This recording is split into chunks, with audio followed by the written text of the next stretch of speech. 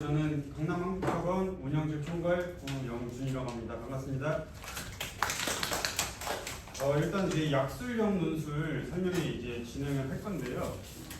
저희 이제 고3 아이들 이제 수시 원서 이제 철이 좀 다가오면서 아마 좀 많은 고민들이 좀 있으실 거라고 예상이 듭니다. 그래서 가장은 이제 수시 전형에서 우리가 학생부 종합, 교과 전형, 논술 전형 이렇게 세 가지가 있는데 이 내신 성적이 어쨌든 교과랑 종합 같은 경우는 좀 중요하다 보니까 이미 우리 아이들이 도달하는 내신 등급 자체가 우리 기대치에 미치지 못한다면 어떻게 원서를 써야 될까 했을 때 논술 전형이라는 원서가 이제 떠오르기 이제 시작하는 거거든요.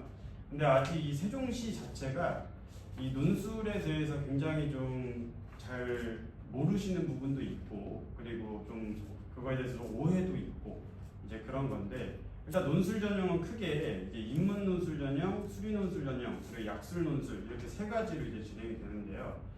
그 중에서 이제 인문 논술과 수리 논술 같은 경우는 이제 최저 기준이 좀 높다라고 좀 봐주시면 되고, 약술 논술은 그거에 대해서는 좀 완화가 되어 있는 것이고, 그리고 과목의 난이도나 이런 것도 좀 쉬운 편이다. 그래서 아마 우리 아이들이 좀 도전해볼 만한 그런 전형이지 않을까라고 좀 생각이 듭니다.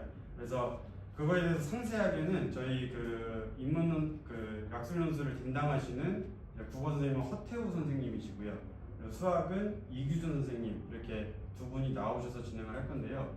먼저는 허태우 선생님 나오셔서 약술 논술 국어 관련해서 50분 정도 설명을 해주실 거고요. 그리고 이제 이규준 선생님 나오셔서 50분 정도 설명을 진행을 해주실 겁니다. 그래서 이 시간을 통해서 어떤 약술 논술에 대한 가능성 그리고 우리 학생들의 어떤 대학의 폭을 넓히는 그런 좀 시간이 되셨으면 좋겠습니다. 네, 먼저 저희 허태우 선생님 모실 건데요. 큰 박수로 좀 맞아주시면 감사하겠습니다. 네. 박수 한번 쳐주실까요?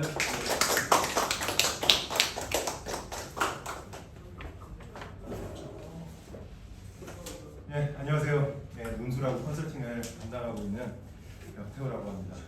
혹시 자료 다 받으셨나요? 네, 자료가 PPT 제외하고 이제 제가 제작한 자료가 총 3가지인데 이제 기출문제, 입시결과, 모집요강 이렇게 3개 다 있으시면 됩니다. 혹시나 이제 누락이 되어 있으면 이제 제가 드리면 되고요. 오늘 더운데 오시느라고 고생 많으셨습니다. 약술형 논술을 활용한 이제 수시 지원 전략이라고 이제 이름을 붙여봤는데요. 아무래도 이제 약술형 논술을 지원하시는 분들이 내가 수시 카드가 6장이 있는데 약술을 전부 다 이제 넣겠다 이런 분들은 없으시다 보니까 이제 약술형 논술하고 아니면 일반 논술 아니면 이제 학생부 종합 전형이나 교과 이제 같이 섞어서 생각하는 분들이 계시기 때문에 좀 여러 가지 전략을 이제 바탕으로 종합적인 이야기를 드리려고 이렇게 제목을 지었습니다. 예, 저는 이제 쭉 이제 대치동하고 목동에 있다가 저희 학원에 굉장히 훌륭하신 이 대표님께서 이제 권유를 해주셔서 올해부터 이제 강남 한국학원에 이제 인문논술 그리고 컨설팅 전임으로 이제 들어오게 되었습니다. 자, 일단 약술형 논술이 뭔지 이해를 좀 하셔야 되는데요. 이 약술형 논술 자체가 고등학교 교육과정을 통해서 대학 교육에 필요한 수학 능력을 갖춘 평가, 이거 당연한 거고요. 일단 EBS 수능 연계 교재를 활용해서 출제를 하는데 이게 우리가 수능에서 이야기하는 수준으로 활용을 하는 게 아니라 아예 그냥 EBS 수능 연계 교재에 제시문이 그대로 출제됩니다. 예, 그게 제일 중요해요. 제시문이 그대로 출제가 됩니다. 예, 제시문이 그대로 출제가 되기 때문에 이제 그게 제일 특징이고요. 그 다음에 그걸 단답형 서술형 시험으로 평가하는데 이 서술형이라는 말은 길어봤자 한 문장입니다. 한 문장. 그래서 막 우리 일반 논술처럼 긴 글 쓰기가 아니라 단답형이거나 한 문장으로 쓰거나. 그래서 이제 학업성 측으로 이제 평가를 하는 건데 이 시험이 왜 등장을 하게 되었냐면요. 약술형 논술의 역사를 좀 아셔야 되는데 원래는 적성고사라는 게 있었어요. 적성고사. 이 적성고사가 뭐냐면 대학에 입학하는 데 있어서 수능만으로는 가기가 좀 힘드니까 대학의 문을 좀 더 넓혀보자 라고 해서 이제 적성고사라는 게 이제 김대중 정부 때 이제 등장을 했어요. 그래서 노무현 정부로 넘어올 때 조금 확대가 돼서 원래 서울대, 고대, 연대 같은 경우에는 일반 논술을 보고 있었어요. 일반 논술을 보고 있었는데 한양대학교 2학부터는 전부 다 이 적성고사라는 걸 실시를 하게 됩니다. 이 적성고사라는 걸 실시하게 되는데 이 적성고사가 되게 문제가 많았어요. 뭐가 문제가 있었냐면 국어하고 영어하고 수학을 보는데 국어 20문제, 영어 10문제, 수학 20문제 해서 이 50문제를 60분 안에 봐야 되는 시험이에요. 엄청나죠? 이렇게 시험을 구성을 해놓다 보니까 국어하고 수학을 잘하는, 진짜 잘하는 친구들만 적성고사에 합격을 하거나 아니면 다 찍어서 우연히 맞추는 학생들만 합격을 하다 보니까 변별력이 너무 낮아지는 거죠. 이게 변별력이 너무 낮아지고 이 시험 자체가 유명무실해지다 보니까 이 서울권의 대부분의 대학들이 이 적성고사를 하나둘씩 폐지하기 시작합니다.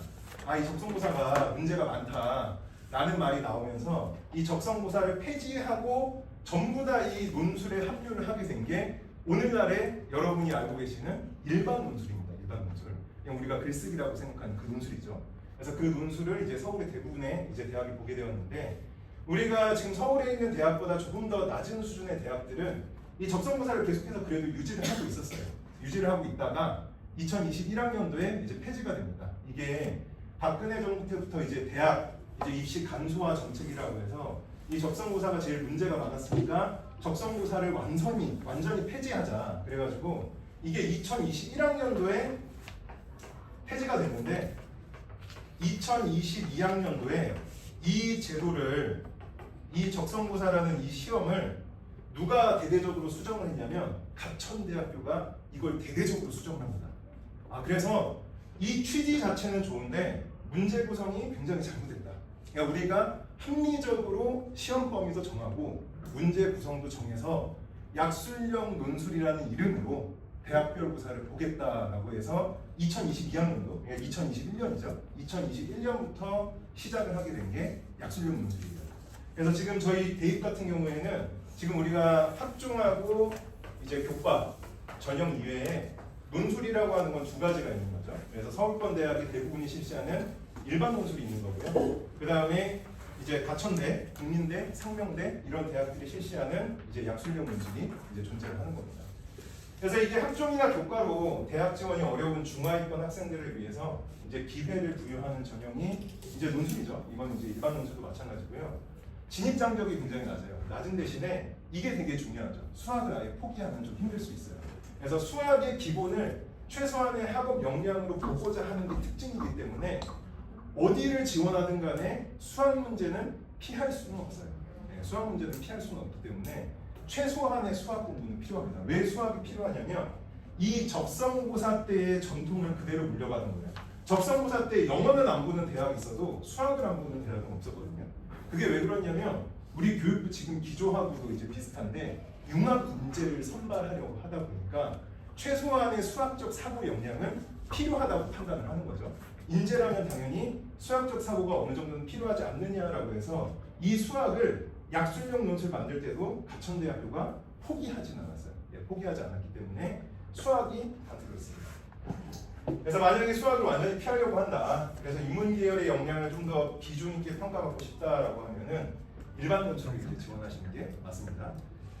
자, 그래서 역사를 보시면은 처음에 이제 가천대학교가 시작을 했는데 인문계열 같은 경우에는 가천대, 수원대 이렇게 단 둘이서 시작을 했어요. 단 둘이서 시작을 했고 이 대학은 둘이 관계가 굉장히 깊습니다. 자매대학이라고 생각될 정도로 굉장히 친하고요.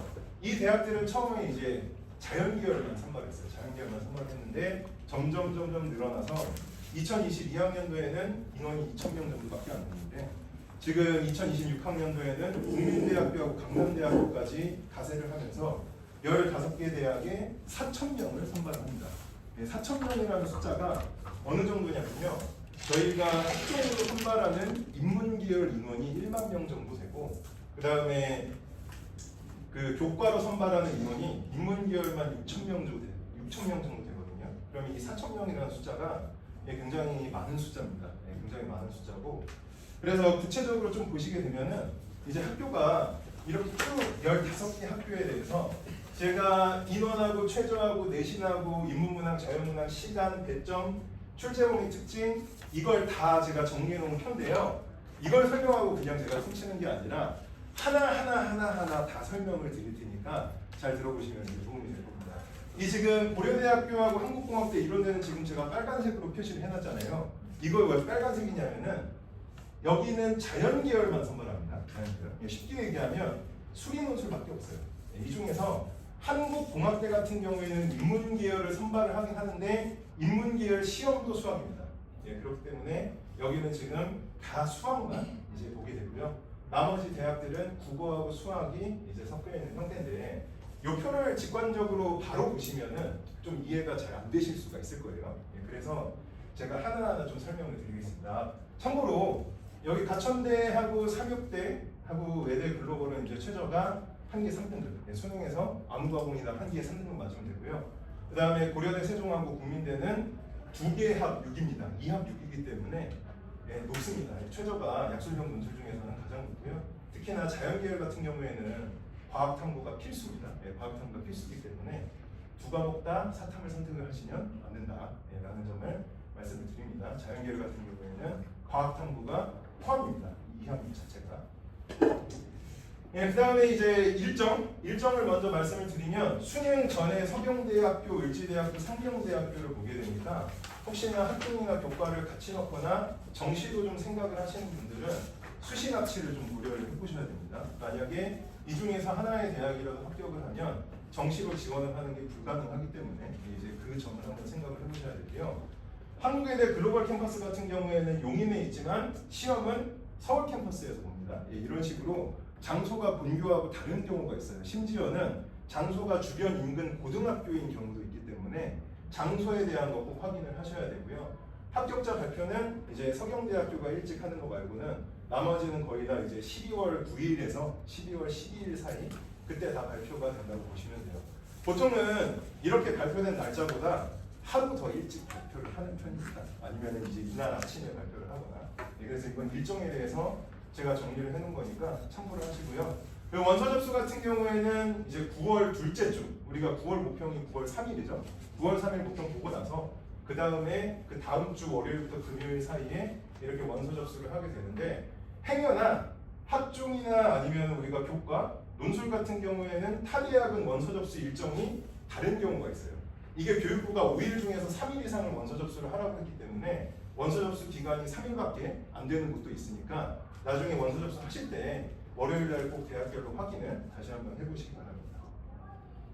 그래서 제가 인원, 대학별 이제 선발 인원에 대해서 제가 다 학교마다 하나하나 정리해놓은 자료를 보실 수가 있는데 이 자료에서 왜 이거를 빨간색으로 해놨냐면 그냥 제 경험상 제가 알고 있는 한도 내에서 취업이 상대적으로 잘 되거나 좀 학생들의 관심이 많은 학과 혹은 특이한 학과를 제가 빨간색으로 표시해 놓은 겁니다. 그래서 뭐 가천대학교 같은 경우에는 경영회계, 관광경영, 의료산업경영, 통계, 법학, 특히 경찰행정학이 여기 들어있는 게 굉장히 중요하죠. 경찰행정학과가 여기 있고요.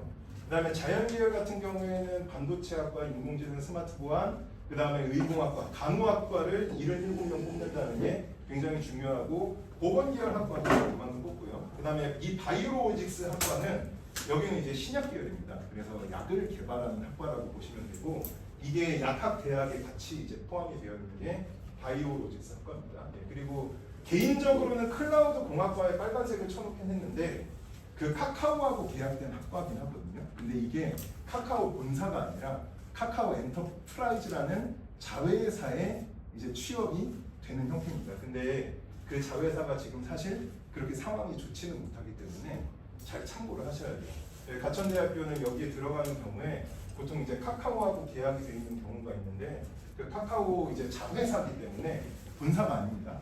그런 점들을 좀 자연계열은 생각을 해보셔야 됩니다. 그 다음에 이제 강남대학교에서는 이제 중등 특수교육과가 있다는 게 좀 특징이고, 그 다음에 이제 전자반도체공학부, 인공지능융합공학부 이런 학과들이 있고요. 그 다음에 이제 고려대학교 세종 캠퍼스 같은 경우에는 아무래도 고대가 그 모빌리티에 굉장히 강합니다. 서울권에서 이제 모빌리티, 이제 자동차 산업에 굉장히 강한 대학이 고대하고 그다음에 국민대가 있죠. 그래서 고대 같은 경우에는 요 미래 모빌리티 학과에 들어가시면 괜찮을 것 같고요. 아니면 지능형 반도체나 사이버 보안 이쪽도 굉장히 유망하죠. 그다음에 신약학과 이쪽이 좀 괜찮다고 보시면 되겠습니다. 그다음에 국민대학교 같은 경우에는 웬만하면 내가 특별한 진로가 없다면 모빌리티를 선택하는 게 취업에는 가장 안정적입니다. 그래서 모빌리티에 관련된 학과가 거의 절반입니다. 거의 절반이고 20계열 들어가면 나중에 2학년 때 융합전공이나 복수전공으로 모빌리티를 선택하는 친구들이 굉장히 많아요. 그렇기 때문에 20계열 학생의 거의 절반 이상이 모빌리티를 다 배운다고 보시면 됩니다. 당연히 우리가 현대차나 아니면 르노, 이제 기아차 이런 데 이제 아무래도 취업이 좀 잘 되는 대학이다 보니까 국민대는 좀 그런 걸 좀 많이 보시면 될 것 같고요. 그 다음에 이제 삼육대학교, 이 삼육대학교 간호학과가 여러분 좋은 간호학과입니다. 이 간호학과 때문에 이제 약술형 지원하는 분도 계신데 잘 모르시는데 삼육대학교가 서울에 병원이 있습니다. 간호대학교는 병원이 있는 대학과 없는 대학으로 나뉘거든요. 없는 대학 같은 경우에는 3학년 때 간호 실습을 할 때부터 고속버스 타고 다녀요. 다른 대학의 병원이나 아니면 다른 지역의 소재지 병원까지 찾아가서 뭘 해야 되냐면 실습을 해야 되는데 자교 병원이 있으면 그럴 필요가 없거든요. 삼육대학교는 삼육서울병원이라는 자교 병원이 있습니다. 여기 간호학과 좋은 곳입니다. 좋은 곳이고요. 상명대학교는 사실 인문계열보다는 자연계열이 훨씬 더 이제 유명한 곳이고 여기에 게임 전공이나 애니메이션 전공 좀 있는 게 특이하고요. 휴먼 AI 공학이나 아니면 뭐 여기 제가 체크는 안 해놨는데 빅데이터 융합이나 컴퓨터과학 이런 것도 괜찮은 곳입니다. 그 다음에 서경대학교 같은 경우에는 사실 여기 인문계열이나 이제 자연계열이 지금 성장하고 있는 단계고 아직은 수준이 그렇게 높지는 않아요. 왜냐하면 서경대는 아시는 분들은 아시겠지만 원래 화장품, 뷰티, 공연예술, 크리에이터 이쪽이에요. 이 대학교가. 근데 이쪽으로 확장하고 있는 추세이기 때문에 가천대학교처럼 성장하고 있는 대학교는 맞는데 아직은 인문계열이나 자연계열의 틀이 완전히 이제 갖추어지지 않다 보니까 이제 선발을 아예 그냥 단위별로 하고 있고요. 대신에 들어가면 성장하고 있는 대학교인 만큼 학생으로서의 혜택은 굉장히 많이 받을 수가 있습니다. 그 다음에 수원대학교, 이 수원대학교가 알짜 대학교입니다. 이 별로 그렇게 관심이 없거든요. 수원대학교나 인천대학교. 근데 이 수원대학교가 굉장히 좋은 대학교고 당연히 우리가 간호학과 있고요. 그 다음에 호텔 관광 내식 경영. 우리 관광학과 중에 인서울의 마지노선 대학이 여기 있습니다. 그 다음에 여기 디지털 헤리티지라고 해서 이제 문헌정보하고 비슷한 성격의 이제 학과나 소방행정이나 법학 이런 것도 이제 취업이 잘 되는 곳이고요. 자연계열은 반도체공학이나 AI 관련, 그 다음에 보안 관련 이쪽의 학과들이 유망합니다. 그 다음에 이제 신한대학교 같은 경우에도 간호학과가 있는 게 특징이고 보건계열이 이제 강점이 있고 경찰행정학과가 신한대학교에 있죠. 그래서 신한대학교는 굉장히 알짜 학과들만 좀 모여있는 게 특징이고요. 을지대학교는 잘 아시다시피 이제 의대가 있는 학교죠. 을지대학교가. 의대가 있고 을지대학교 같은 경우에는 안경과학과 이런 보건계열도 굉장히 잘 돼 있고 간호학과를 이제 2개 캠퍼스로 나누어서 이제 운영을 하다 보니까 생각보다 굉장히 큰 대학이고 보건계열이나 간호 쪽으로 가실 거면 굉장히 괜찮은 이제 학교라고 볼 수가 있습니다. 을지대학교.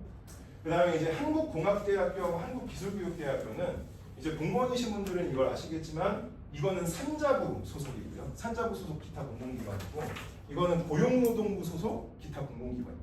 그래서 얘네가 사실은 다 국책대학교거든요. 근데 여기는 등록금이 조금 비싼데 여기는 등록금이 고용노동부에서 이제 지침을 내려서 등록금이 굉장히 싼 게 이제 강점입니다. 그래서 국책공학대학교이기 때문에 나름의 강점이 있고 있을 계열들은 다 있는 것 같아요. 뭐 모빌리티도 있고 반도체도 있고 인공지능도 있고 그 다음에 데이터도 있고 게임도 있고 뭐 여러 가지 이제 필요한 학과들이 여기에 다 있고요.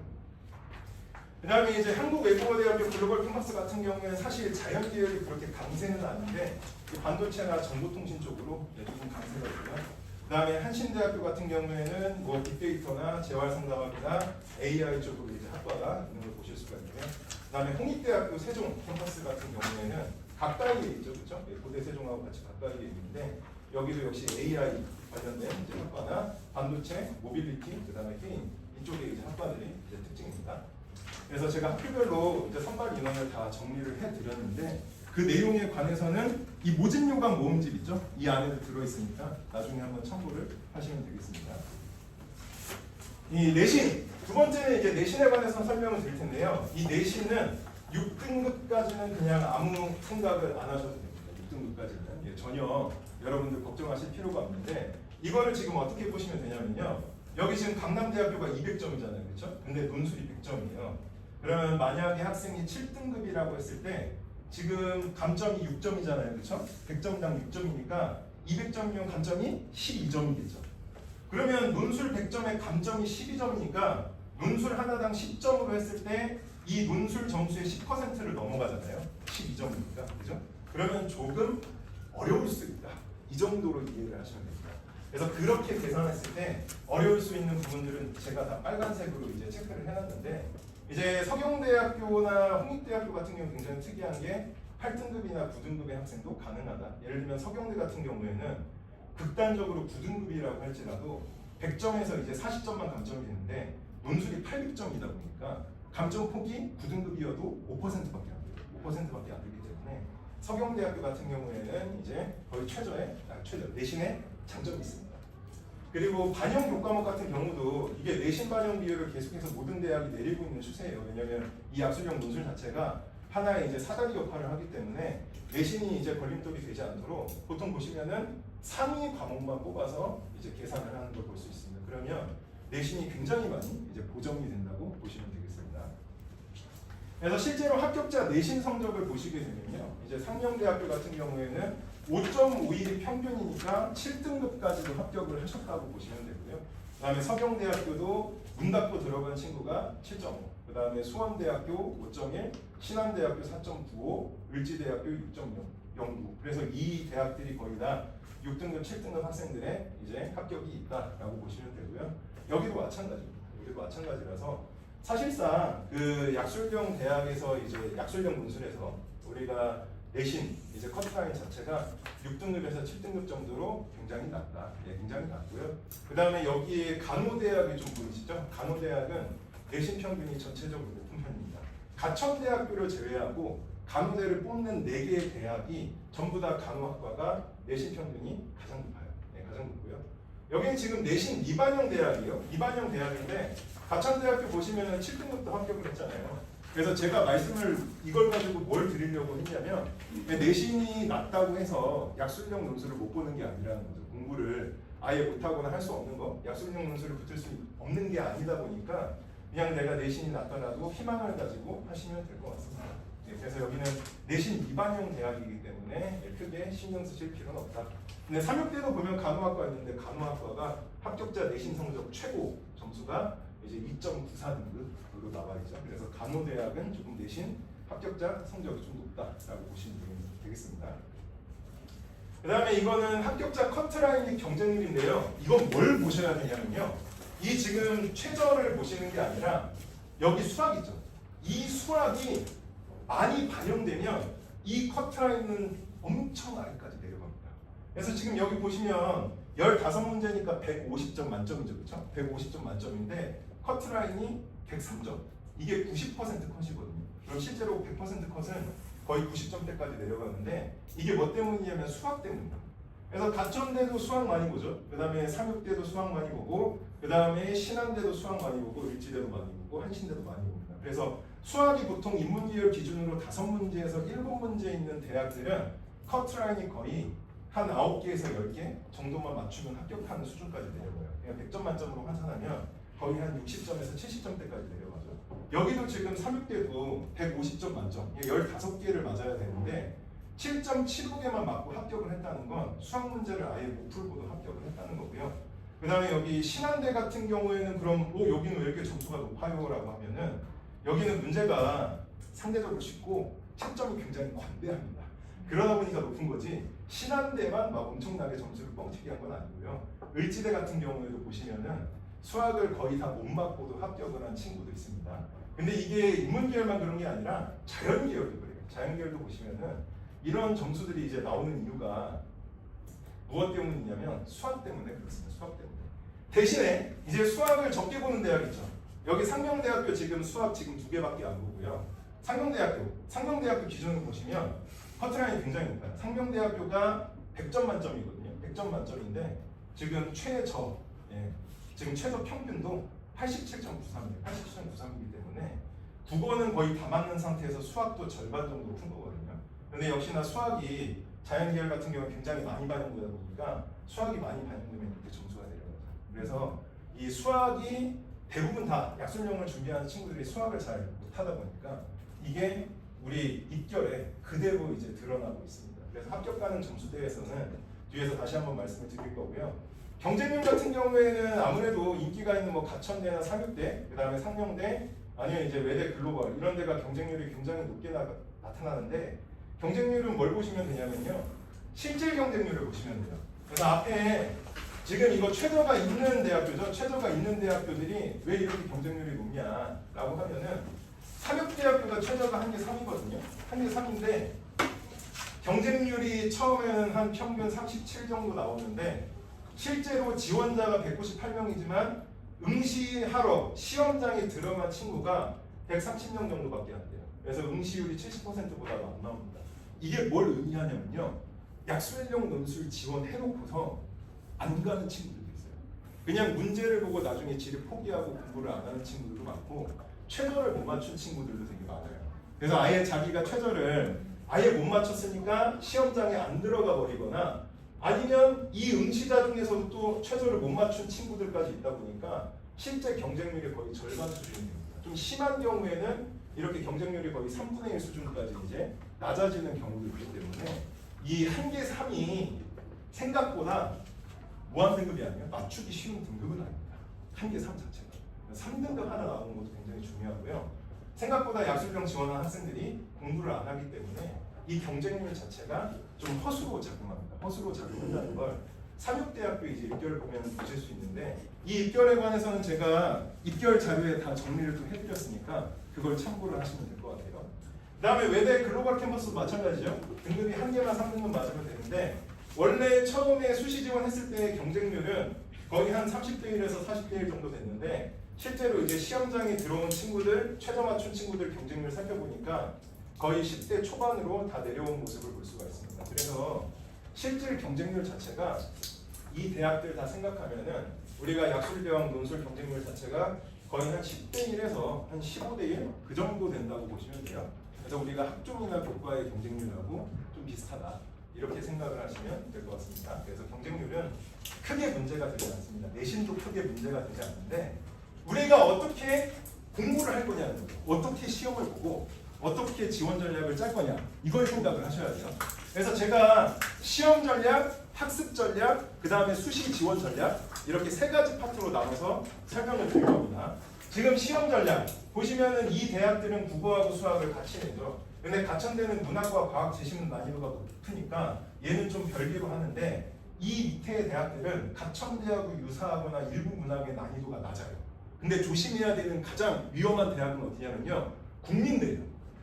제가 국민대 때문에 이걸 만들었거든요. 뭘 만들었냐면 약술형 논술 실시대학 기출문제 모음집이라고 해서 이 안에 보시면 국민대 문제가 있는데 국민대 문제는 이 대학들하고 조금 달라요. 그냥 푸는 입장에서 조금 짜증이 난다. 왜냐하면 소문항이 너무 많고 그리고 묻고자 하는 것에 대해서 굉장히 좀 돌려서 말하는 측면이 있기 때문에 이 국민대학교 같은 경우에는 좀 조심하셔야 됩니다. 특히 국민대학교가 지금 인문계열 같은 경우에 수학의 비중이 낮기 때문에 이 국어를 무조건 다 맞거나 아니면 하나 정도 틀려야 합격 가능성이 있거든요. 그래서 국민대 같은 경우는 좀 조심하셔야 되고요.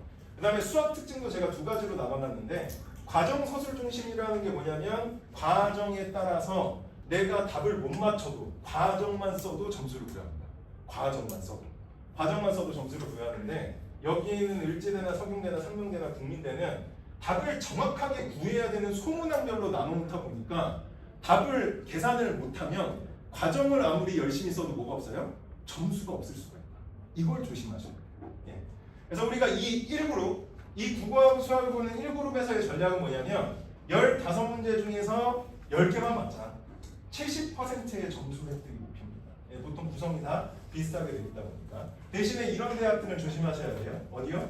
강남대학교하고 상명대학교하고 국민대학교는 인문계열 같은 경우에 국어의 비중이 압도적으로 높기 때문에 국어를 무조건 다 맞고 간다는 전략을 선택을 하셔야 됩니다. 그래서 국어가 지금 이 전략 자체가 인문계열은 국어가 9문제 중에서 적어도 7문제 맞아야 되고 수학은 6문제 중에서 3문제 그래서 우리가 수학은 50% 정도 맞는데 국어는 무조건 100점 만점에 80점 이상 맞는다라는 마인드로 가셔야 되고요. 자연계열 같은 경우에는 국어 6문제 중에서 5문제 맞고 수학 9문제 중에서 5문제 맞는다는 이제 마인드로 가셔야 됩니다. 예, 그렇기 때문에 인문계열하고 자연계열의 전략이 이렇게 되고요. 인문계열이든 자연계열이든 뭘 많이 맞아야 되냐면 국어에서 일단 확실한 점수를 벌어놔야 그래야 이 수학에서 대처를 할 수가 있다라는 겁니다. 그래서 합격선이 보통 이 정도 되기 때문에 우리가 이런 전략을 짤 수가 있는 거고요. 그 다음에 이제 2그룹 여기는 이제 자연계열 학생들만 대상인데 제가 이제 국어만 지금 설명을 해야 되지만 어쩌다 보니까 이제 자연계열 전략도 잠깐만 설명을 드리면 자연계열 문제는 특징이 있어요. 무슨 특징이냐면 자연계열 문제는 배점이 달라요. 뒤로 갈수록 뭐가 높아져요? 배점이 높아져요. 점수가 높아져요. 그렇기 때문에 풀 때 앞에서부터 푸는 것보다 뭐가 유리해요? 뒤에서부터 푸는 게 훨씬 유리해요. 앞에서부터 풀다가 뒤에 16점짜리 2문제 놓치잖아요? 그럼 여기 있는 문제 다 놓친 거하고 똑같아요. 이 5문제의 비중이 이 2문제의 비중과 비슷하기 때문에 이걸 잘 생각을 해보셔야 돼요. 네, 그렇기 때문에 우리가 이 자연계열 같은 경우에는 배점이 큰 문제부터 접근을 하는 게 유리하다. 나중에 시간에 쫓기면 배점이 작은 문제들은 어떻게든 답이라도 쓰는데 시간이 쫓기는 상태에서 이런 16점짜리 좀 더 어려운 문제를 만나게 되면요 답이 없어요. 네, 그렇기 때문에 이것도 전략을 자연계열 학생들은 잘 짜셔야 되고요. 시간이 넉넉한 편이에요. 상대적으로 넉넉해요. 보시면은 앞에 이 시험 같은 경우에는요 15문제 80분 여기도 15문제 80분 보통 한 문제당 5분에서 6분밖에 안 됩니다. 보통 5분이에요. 한 문제당. 근데 여기는 한 문제당 거의 한 9분에서 10분 정도를 부여를 하고 있기 때문에 시험 시간이 상대적으로 그래도 넉넉한 편이거든요. 그렇기 때문에 꼼꼼하게 풀기 위해서 모든 부분 점수, 과정 점수를 획득하는 전략이 필요하고요. 상대적으로 뭘 잘해야 되냐면 당연히 수학을 잘해야 됩니다. 네, 당연히 수학을 잘해야 된다. 그래서 만약에 자연계열 학생들도 진로가 뭐 특별하게 정해지지 않았다면 내가 그냥 이 인문계열 시험을 보는 게 나을 수도 있어요. 수학 성취도가 낮으면. 그죠? 자, 그래서 시험 전략에 대해서 제가 말씀을 드렸습니다. 시험 전략에 대해서 말씀을 드렸고요. 시험 전략 다시 한번 정리하면 저는 이제 국어과다 보니까 인문계열 학생 가천대학교 기준입니다. 목표는 100점에서 110점이에요. 그래서 국어에서 80점 맞고 수학에서 30점 맞거나 자기가 수학을 좀 잘한다 싶으면 국어에서 70점 맞고 수학에서 40점 맞는 그런 전략을 우리가 펼쳐야 되고요. 특히나 제한 시간이 80분이에요. 80분인데 이걸 시간당 한 문제당 5분으로 주면 학생들이 수학을 아무도 못 풀어요. 수학을 아무도 못 풀기 때문에 어떤 전략을 취하셔야 되냐면 국어를 무조건 빨리 푼다라고 생각하셔야 돼요. 국어를 빨리 풀고 나머지 시간을 어디에 배분하자? 수학에다가 배분하자. 이 생각을 하셔야 되기 때문에 국어가 9문제거든요. 그럼 한 문항당 5분이 아니라 3분 이내로 풀면은 수학에다가 50분을 분배 가능하고요. 한 문항당 4분 이내로 풀면은 40분을 수학에 분배 가능합니다. 그래서 수학이 인문계열 같은 경우는 총 6문제잖아요. 가천대학교. 한 문항당 적어도 7에서 8분을 분배하는 이제 전략이 이제 필요하고요. 인문계열 학생 같은 경우에는 대부분 수학의 성취도가 낮기 때문에 국어에서는 무조건 안정적인 점수를 확보해야 돼요. 앞에서 말씀드린 것처럼 8개 또는 최소 7개를 이제 맞을 수 있는 공부량을 달성을 해야 되고 수학은 뭘 하셔야 되냐면 답을 못 맞아도 괜찮아요. 과정에 점수가 있으니까. 그럼 뭐 해야 돼요? 과정을 서술하는 연습을 해야 돼요. 학생들이 그게 안 돼 있거든요. 객관식하고 주관식은 분명히 다른데 국어는 내신 다 객관식을 봤단 말이에요. 그럼 객관식은 주어진 범위 안에서만 선택을 하면 되는데 주관식은 골라내야 되잖아요. 내가 재심에서 골라내야 되다 보니까 그걸 잘 못하는 학생들이 굉장히 많아요. 그런 시험이 사실상 처음인 학생도 많다 보니까. 그리고 수학도 그냥 내가 옆에서 연습지에다가 내가 이렇게 과정 쓰다가 그냥 답을 쓰는 데 익숙해져 있다 보니까 이 과정을 깔끔하게 쓰는 게 연습이 잘 안 돼 있어요. 네, 그러다 보니까 이런 부분들은 연습이 필요한 거고요. 제가 구체적으로 어떻게 연습하는지까지 그거에 대해서는 좀 말씀을 드릴게요. 뭐가 필요한지. 이건 무슨 말이냐면 그 2022학년도 때 이 가천대학교를 시작으로 대학들이 약술형을 부르는 게 굉장히 많이 늘어났잖아요. 그게 누구 공이 되게 컸냐면 가천대학교 입학처장님 공이 진짜 컸어요. 그 분이 진짜 대입 사상 최초로 학원 설명회를 해주셨어요. 학원 설명회. 그래서 학군지의 학원 설명회는 그분이 다 다니셨고 저하고도 같이 설명회를 진행을 하신 적이 있는데 그분이 하셨던 말씀입니다. 가천대학교 시험을 쉽게 출제했는데 커트라인이 자기가 예상한 것보다 내려가서 속상하다. 이 말은 즉슨 뭐냐면 그냥 자기는 나름대로 합리적으로 이런 학생들이 들어올 거다. 이 정도 학생들이 지원하겠지라고 했는데 약술형에 지원한 학생들이 생각보다 공부를 안 하는 거예요. 생각보다 공부를 안 하는데 막상 이 시험을 보고 나서 대학에 들어온 친구들이 성적이 꽤 괜찮더라. 그렇게 하니까 이 약술형이 이제 유지가 되는 거고요. 그러면 다른 대학들이 왜 약술형이 계속 뛰어드냐? 어차피 2028학년도면 모든 대입제도가 다 바뀌잖아요. 그럼 5등급제가 되니까. 5등급제가 되면은 월대 1등급은 원래 몇 프로였죠? 4%인데 1등급이 10%가 돼버리잖아요. 그러면 변별력이 생겨요? 안 생겨요? 안 생겨요. 안 생기기 때문에 이 내신 구간이 굉장히 늘어나는 만큼 학생들을 변별하기가 9등급제보다 5등급제에서 힘들어지니까 대학별 고사를 통해서 최종적으로 가려내겠다. 왜 지금 여러분들 그 학부모님들 중에서 40대이신 분들은 아마 아실 거예요. 옛날에 수능 볼 때는 뭐하고 같이 봤어요? 수능 보고 나서 수능하고 논술 점수 합쳐서 대학을 간 적이 있었어요. 그렇게 서울의 상위권 대학교 같은 경우 그런 형식으로 수능도 보고 대학별 고사도 보고 이제 대학을 가는 시대가 2028학년도에 도래하는 거죠. 그래서 그때를 대비해서 대학별 고사 미리 연습해두려고 고려대학교도 일반 논술에 이제 작년부터 진입을 한 거고요. 이제 여기에 국민대학교도 진입을 하게 되는 거죠. 그렇게 보시면 되고요. 그래서 이게 2022학년도, 2021년에 논술 합격자 70% 커트라인입니다. 가천대학교예요. 근데 지금하고 별 차이가 없고요. 지금이 훨씬 더 커트라인이 좀 더 내려간 측면도 있습니다. 일부 학과의 경우에는. 그래서 이때 합격 커트라인도 10문제에서 11문제, 그리고 국어를 90점만 받고 수학 0점 받았는데 합격한 학생도 있어요.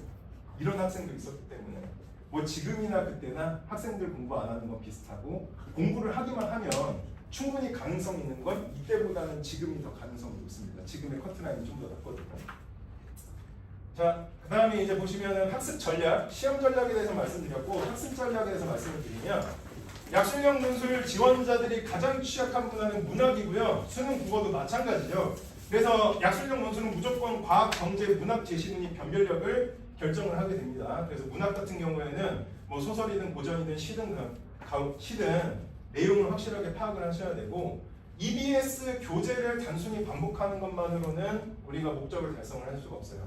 객관식 문제하고 주관식 문제는 방금 전에 설명드린 대로 엄연히 다르기 때문에 우리가 이 생소한 문제 유형에 굉장히 익숙해질 필요가 있고 그래서 문제를 많이 푸시는 게 도움이 됩니다. 근데 기출문제, 관연도 기출문제를 푸는 것도 사실은 도움이 안 돼요. 왜냐하면 EBS에서 출제가 되잖아요. 근데 이 EBS가 매년 바뀌다 보니까 매년 문제가 달라요. 매년 문제가 달라지기 때문에 사실은 관연도 이제 작년이나 재작년 기출문제 이런 것들을 푸시는 게 의미가 없습니다. 그때 EBS 교재하고 지금 EBS 교재하고 다르기 때문에 그 다음에 우리가 실력에 대해서 전략 중심이라고 해서 내가 몇 분 안에 국어를 풀고 어떤 것부터 풀고 수학에 내가 언제 넘어간다 이런 부분에 대해서 고민을 좀 해보셔야 돼요. 그래서 전략을 좀 설정을 하셔야 되는데 그래서 내가 문제를 많이 풀면서 내가 전략을 설정하는 게 중요하고 특히나 EBS 교재 같은 경우에는 문학 중심으로 좀 공부를 하셔라. 네, 이렇게 말씀을 드릴 수가 있고요. 여기에 대해서 좀 더 세부적으로 설명을 드리면 이 약술형 논술 국어 영역에서는 가장 기본적인 문제가 이런 문제예요. 그냥 여기 보시면은 첫 어절과 마지막 어절을 순서대로 쓰시오. 그냥 문장 완성 문제, 그 다음에 여기 있는 빈칸 채우기 문제 이런 문제들이죠. 그래서 이런 문제들에 대해서 좀 익숙해지는 게 필요하고요. 이게 문제예요. 이게 뭐가 문제냐면 딱 4개의 카테고리가 있어요. 논리, 법학, 경제, 과학. 이 제시문은 문제를 풀어가는 데 있어서 이 제시문 안에 있는 원리가 필수적으로 적용이 되거든요. 그럼 EBS 교재를 보면서 뭘 해야 될까요? 그 원리들을 정리를 해놔야 돼요. 그리고 그 원리들을 암기를 하는 게 굉장히 중요합니다.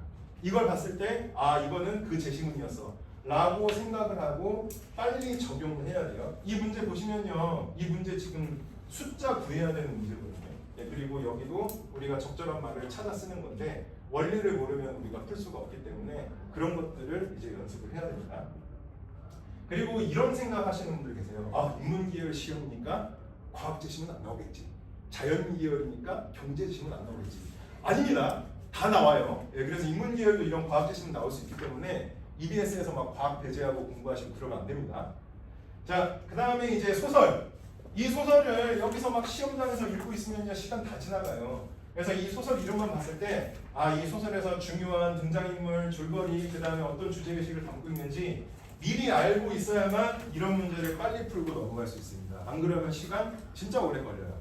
아마 국어 시험 본 친구들은 알 거예요. 자기가 아는 문제, 자기가 아는 작품 나오면 국어 진짜 빨리 풀 수 있어요. 문학은.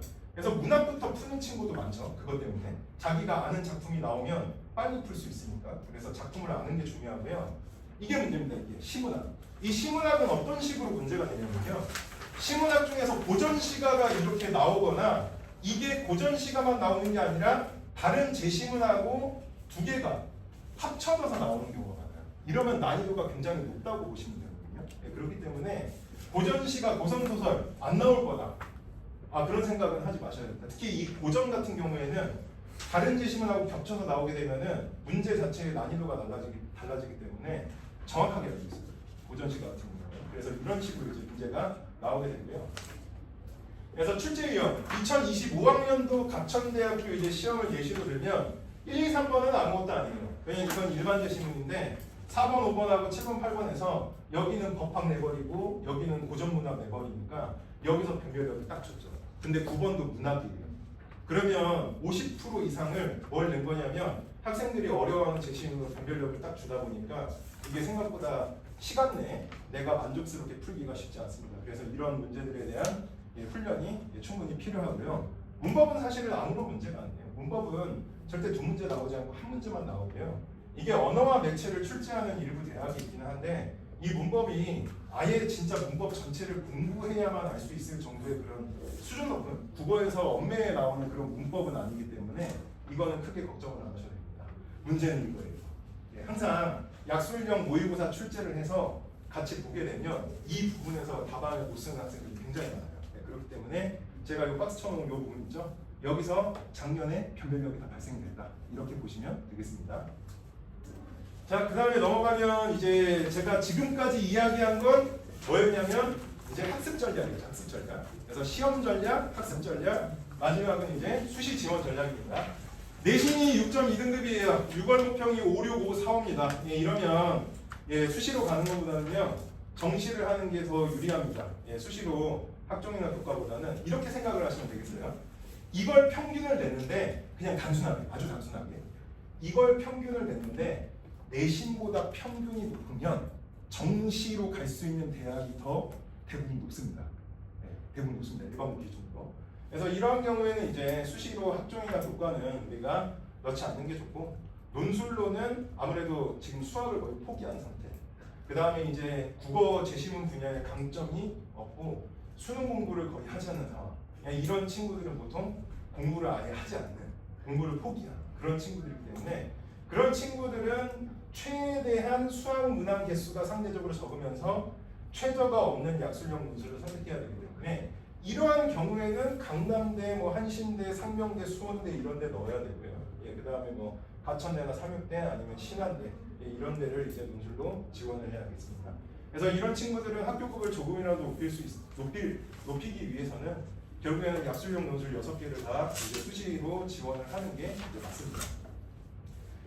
그리고 이제 내신 5등급 때, 내신 5등급 때도 마찬가지예요. 내신 5등급 때도 마찬가지인데 그래도 내신 5등급 때 친구들부터는 비문학이냐 문학이냐 그래도 자기가 강점이 있는 제시문이 있고 문장 단위 서술을 좀 어렵지 않게 수행을 할 수 있는 친구들이 있고 공부를 어느 정도 하고 있고 수능 모의고사에서 수학 기본 문제가 풀이가 가능하기 때문에 등급대가 6월 호평에서 이 정도로 나왔다면 정시를 통해서 이제 역시나 지방사립대 라인을 지원을 할 수가 있고요. 논술 같은 경우에는 약술형 논술, 최저가 있는 논술에 더해서 국민대까지 넣고 그 다음에 우리가 일반 논술로 최저가 없는 경기대나 광운대. 왜냐면 이 대학들은 문학을 잘하면 합격 확률이 높아지기 때문에 경기대나 광운대 이렇게 넣을 수가 있겠습니다. 근데 만약에 4등급 때 학생들의 일반적인 특징은 뭐냐면 공부를 열심히 안 하는데 체격으로 버티는 친구들이 많아요. 어느 정도의 재능은 있는데 공부를 안 해요. 그럼 그런 학생들은 공부만 좀 동기부여만 해주면은 되게 잘하는 경우가 있거든요. 그래서 이건 하나의 예시입니다. 그래서 3월 평이 3, 5, 2, 4, 3 정도 나왔다. 그럼 수학이 5등급이 나오면 보통 정시에서는 가망성이 없다라고 생각을 하시는데 이 정도 성적대만 나와주면 그러니까 그냥 이렇게 산술적으로 제가 편하게 말씀을 드릴게요. 자세한 건 컨설팅을 통해서 말씀을 드리면 됩니다. 이 수학하고 국어가 합쳤는데 8이다. 등급이. 그리고 영어가 2인 상황에서 타탐 둘 중에 하나가 3이다. 그러면 충남대, 충북대를 정시로 넣어볼 수 있는 가능성이 있습니다. 그래서 우리가 충남대, 충북대 많이 생각을 하시는데 거기가 커트라인이 생각보다 높지가 않아요. 생각보다 높지가 않다 보니까 정시로는 이 정도 라인을 생각을 해볼 수가 있고요. 아무래도 이런 계열 희망하면서 이제 문장도 굉장히 능숙하게 잘 쓰고 비문학에 또 강점이 있고 모든 과목 고르게 공부하고 있는 좀 6월 모평 이후라도 성실하게 공부하고 있는 학생이면은 논술로 조금 더 높은 대학도 들어볼 수가 있겠죠. 이게 최저가 2합 5 정도가 나오기 때문에 우리가 약술형 한 3개 정도 넣고 일반 논술 3개 정도 넣고 논술로는 이렇고요. 학종으로는 생기부 수준이 만약에 높다면 가천대도 한번 생각을 해볼 수 있어요. 아니면은 명지대 교과 면접 전형이나 아니면 우리가 수원대 그리고 신한대, 을지대 이런 라인들은 4.3 정도면 해볼만 하거든요. 학종으로. 제가 왜 이거를 그 입결 자료를 보시면은 이 입결 안에 약술형 논술 입결뿐만 아니라 학종하고 교과하고 정시입결 다 넣어놨어요. 왜 이걸 넣어드렸냐면은 내가 만약에 내신이 3, 4등급 때인데 약술형 생각하시는 분들은 전부 다 약술형으로 하려고 하지 마시고 뭐도 생각하셔야 돼요? 어느 정도 정시나 학종도 생각하셔야 돼요. 그래서 약술형으로 넣을 수 있는 대학 중에 정시나 교과나 학종으로 갈 수 있는 대학들이 있을 수가 있기 때문에 그런 점들을 살펴보시라고 넣어놓은 겁니다. 심지어 신한대학교 같은 경우에는요. 여기 안에 보시면 아시겠지만 한국사하고 영어만 잘해도 들어갈 수 있어요. 한국사하고 영어만. 그러니까 국영탐이 안 들어가요. 국영탐을 그냥 다 빼고 한국사하고 영어만 잘 봐도 들어갈 수 있는 그런 전형도 있기 때문에 그런 것도 잘 생각을 해보셔야 돼요. 그 다음에 제가 서울에 있을 때 가장 약술형이 많았던 케이스. 이런 분들. 이제 1학년 때부터 메디컬을 준비했는데 내신이 생각보다 나오지 않아서 간호학과라도 넣어보려고 2학년 때부터 간호학과 지망으로 바꿨는데 내신이 생각만큼 안 나오는 이런 분들 계시거든요. 이런 분들 계신데 이런 학생들 보통 보면은 모평이 이 정도로 나오잖아요. 그러면 인서울 마지노선이 라인이 가능합니다. 인서울 마지노선 라인이 가능하고 이거 6월인데 제가 3월로 잘못 썼네요. 그래서 간호학과를 포기하게 되는 경우에는 정시로 라인을 높일 수가 있고요. 교과 학종 같은 경우에는 우리가 생기부 수준이 높다면 숭실대, 단국대, 인하대가 지원이 이 정도 내신으로 가능할 수 있는데 간호학과 못 써요. 네, 간호학과 못 써요. 간호학과가 충북대, 충남대 간호학과가 내신이 아무리 낮게 잡아도 3점대 초반입니다. 그래서 3점대 초반에서 결정을 보셔야 되고 그 밑에 라인도 진짜 밑으로 내려가면 내려갈수록 저기 멀리 있는 지방의 간호학과라 사실은 내신 합정적이면 간호학과를 학종이나 교과로 들어가기는 어렵거든요. 우리가 원하는 간호학과를. 그래서 논술로는 간호학과 병원이 있는 간호학과 가천대, 을지대, 삼육대 넣으시고 그 다음에 여기 연세대, 원주 캠퍼스하고 성신여대하고 중앙대 이렇게 세 개는 일반 논술에서 인문 논술로 넣을 수 있는 간호학과입니다. 수학이 없어요. 인문 논술로 넣을 수 있는 간호학과이기 때문에 생각을 해보셔야 되고 최저가 2합 7이고요. 그 다음에 중앙대는 3합 6인데 영어 2등급을 1등급으로 쳐주기 때문에 간호학과로 논술로 가고 싶으시다라고 하면은 연세대, 성신여대, 중앙대까지 생각을 일반 논술로 해보셔도 되겠습니다. 그래서 여기 수시 지원 전략 내시고요. 뭐 자세한 이제 수시 지원 전략에 대해서는 제가 이제 나중에 또 이제 필요하면은 컨설팅을 통해서 말씀을 드릴 수가 있습니다. 학원에 신청을 하시면 되겠습니다. 설명회를 하면 항상 시간이 모자라니까 하고 싶은 말이 많아서. 제가 이제 약술형 논술 강의를 제가 직접 하게 되는데요. 이게 이제 간단한 커리큘럼입니다. 그래서 예습 모의고사를 미리 풀어와야 되고요. 이제 학원에 오게 되면 모의고사 풀이하고 출제 예상 내용 전부 다 정리하고 그 다음에 복습 모의고사를 학원에서 한 번 더 봅니다. 그러니까 모의고사를 몇 번 보는 거예요? 2번 보는 거죠. 그렇죠? 2번 모의고사를 보고 다 풀이를 해준 다음에 이메일을 통해서 모의고사 2회분에 대해서 강평을 제가 제공합니다. 그래서 오답 노트 형식으로 제가 강평을 다 제공하기 때문에 학생들이 장단점이나 공부 강의나 시험 전략을 수립하기에 용이하고요.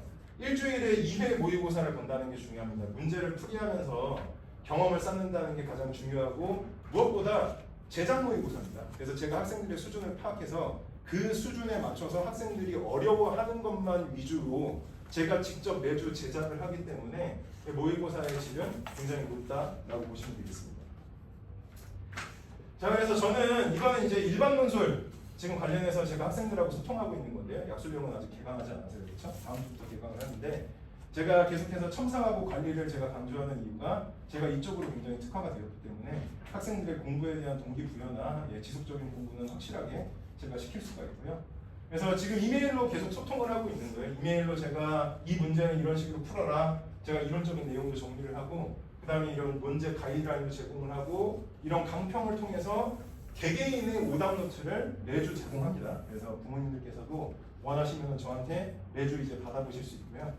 그 다음에 이런 식으로 지금 학생들이나 학부모님들하고 지속적으로 소통을 하고 있어서 이제 등록을 하시면 저하고 이런 식으로 계속해서 상담이나 아니면 이제 공부 관련 이야기들을 좀 나눠보실 수가 있고요. 그 다음에 이제 다방 훈련도 이런 식으로 하는데 이제 관연도에 작년이나 이제 재작년에 합격자가 같이 참여해서 이제 도와주기도 하고요.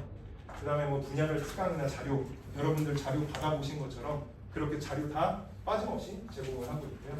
그 다음에 이거는 일반 논술 듣는 학생들이 이제 이번 달에 시험을 본 것에 대해서 성적표가 제공이 된 거고요.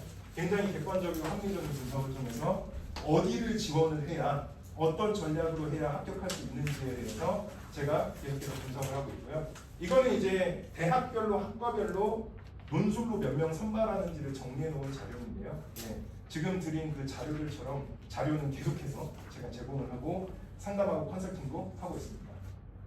그래서 이거는 6월달에 모의 수시 원서 상담했을 때 이제 썼던 이제 자료고요. 사전조사지라고 해서.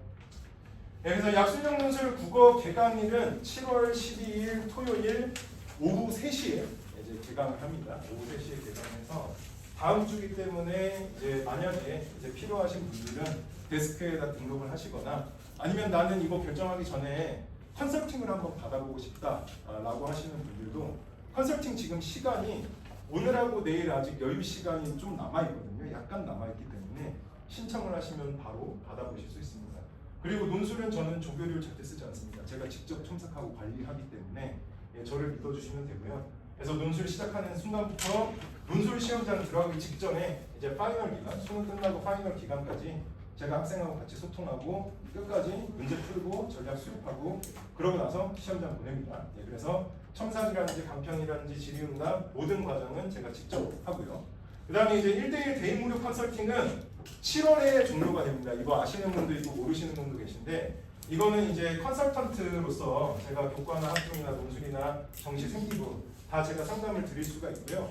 유튜브에 막 찾아보시면 막 상담하는 것들 있잖아요. 신청해가지고 추천받은 다음에 그런 것보다 제가 사실 더 자세하게 해드려요. 시간도 더 여유가 있고 자세하게 상담해 드리니까 이게 7월 중에 딱 종료가 됩니다. 7월에 딱 종료가 되기 때문에 기회를 한번 활용을 해보시면 되겠습니다.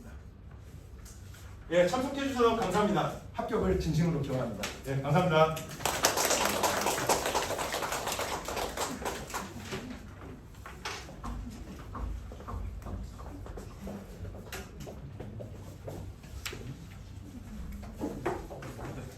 잘 들으셨을까요? 저희 이제 국어 설명은 이제 이렇게 마치도록 하고요. 다음은 이제 수학 담당하시는 이규준 선생님 나오셔서 약술 수학은 어떻게 좀 준비를 할 것인가에 대한 얘기를 진행할 수 있도록 하겠습니다.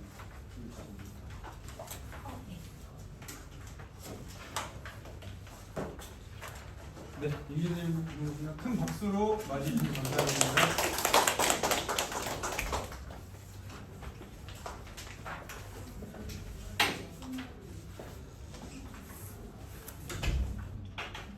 안녕하십니까? 이 약술 논술이라는 게 앞에서 설명을 좀 들으셨을 거예요. 그래서 뭔지 저는 그냥 전체적으로 좀 요약을 해드릴게요. 요약을. 제 거 보면은 프린트 잘 안 됩니다. 여기 안에 다 있습니다. 일단 약술 논술과 수리 논술 두 가지 논술 형태가 나눠져 있고 두 전형 형태가 둘 다 수학이 굉장히 중요한 형태라고 보시면 됩니다. 약술 논술도 수학이 안 되면 사실 의미가 없어요. 수학이 안 되면. 그래서 수학 문항은 보통은 그냥 이렇게 나오거든요. 자, 수능 킬러 문항을 제외한 3점 40. 여기 한 7문항에서 10문항 정도가 출제가 되고 국어랑 같이 보는 학교는 이제 국어 문제하고 같이 이제 수학 문제랑 같이 나오는데 아무래도 시간이 10문제만 나오는 학교들도 있어요. 수학만. 일곱 문제 나오면 국어는 그 앞에 6문제가 나온다. 자, 합격의 열쇠는 당연히 수학인데 이게 안 되면 그냥 떨어져요. 자, 약술론술은 미리 말씀드리는데 다 맞아야 됩니다. 거의. 자, 가천대 기준은 다 맞아야 됩니다. 하나 틀렸는데 하나 틀렸는데 어떻게 안 될까요? 안 됩니다. 거의 다 맞아야 돼요. 웬만하면. 조금 실수로 좀 틀렸어요. 그럼 부분 점수라도 있게끔. 자, 약술이라는 거는 쉽게 얘기하면 학생들도 꽤 있는데 몇 명밖에 없네. 3명밖에 없네. 4명 있네. 자, 내신에서 서술형 문항을 풀어봤을 거예요. 그죠? 그 서술형 문항과 비슷하다고 생각하시면 돼요. 그냥 푸는 게 아니라 부연 설명을 조금 해주셔야 돼요. 그래서 시간이 조금 촉박하다라는 거. 이거 만만하게 보고 연습 안 한 애들은 그냥 100% 떨어집니다. 100% 떨어져요. 그래서 수학 문항이 이렇게 좀 난이도도 있은 편이고 주로 어떤 난이도냐라고 하면 수능 특강과 수능 완성을 편하게 풀 수 있는 정도라고 하면 오케이입니다. 주로 그쪽 부분에 대한 연습을 많이 시킬 거고 실전 문제도 그쪽 부분에 해당되는 난이도로 연습을 시켜요. 딱 지금 여름방학 때도 시작하면 딱 맞습니다. 이는 수리논술은 안 그래요. 3월부터 지금 시작하고 있거든요. 수리논술이랑 얘랑 좀 많이 틀립니다. 자, 요걸 한번 보시면 앞에서도 봤을 거예요. 그죠? 어우, 보기도 싫죠? 이게 많아요.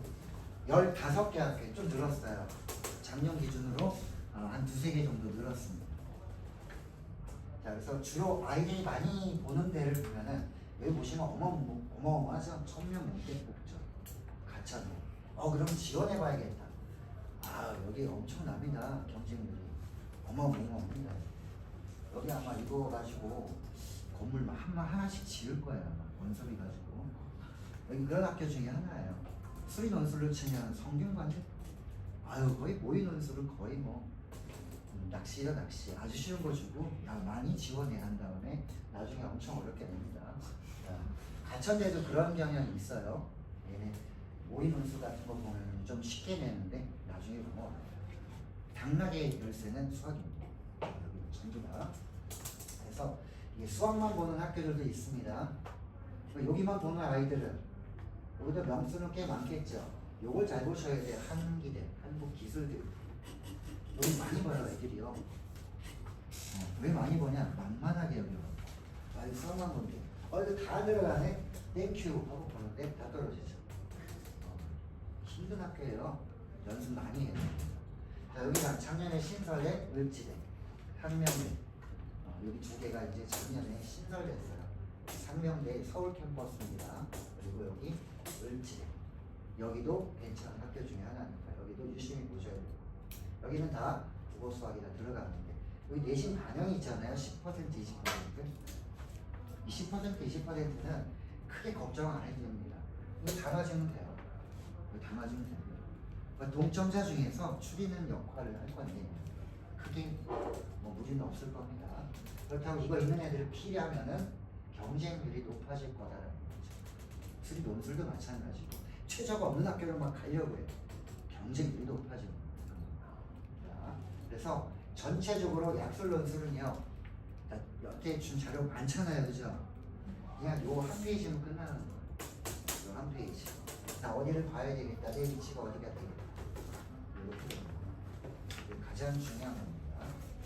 자, 이렇게 되면 이제 지금 뭐 여기 나와 있는 건 뭐 연도니까 크게 중요한 건 아니고 작년에 신설, 올해 신설된 학교 뭐 이런 게 있대요. 강남대도 있고 26학년도에 국민대도 있고. 자, 약술 논술은 이렇게 생각하시면 돼요. 나의 지금 현재 내신을 가지고 수시를 넣었을 때 여기 있는 학교들을 갈 수 있는 거. 없다면 이거죠. 방법. 여기 못 간다면 방법은 이 방법밖에 없다는 거예요. 결론이 이겁니다. 빨리 시작해야 된다.